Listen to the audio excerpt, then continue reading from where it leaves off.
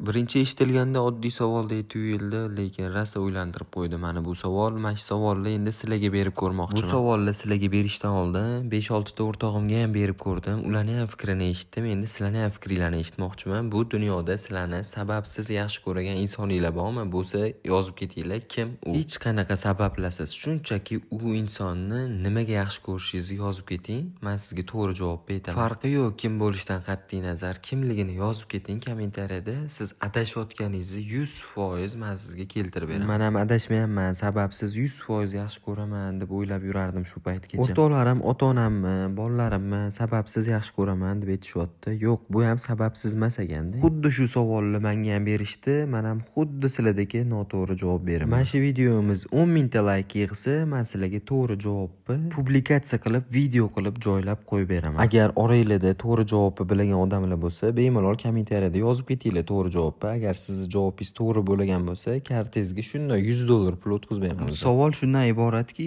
sizni sababsiz yaxshi ko'rgan insoningiz bormi bu dunyoda va nimaga u insonni sababsiz yaxshi ko'rishingizni ayting va sizga noto'g'riligini keltirib beraman men. Agar keltirib bera olmasam, sizga $100 kartangizga tashlab beramiz. To'g'ri javobni siz yozsangiz agar mana shu kommentariyaga. Ha, shunaqa tandiri narxi davlat siri. Plus qoldiring, narxi boradi o'z sizga, shoshmang.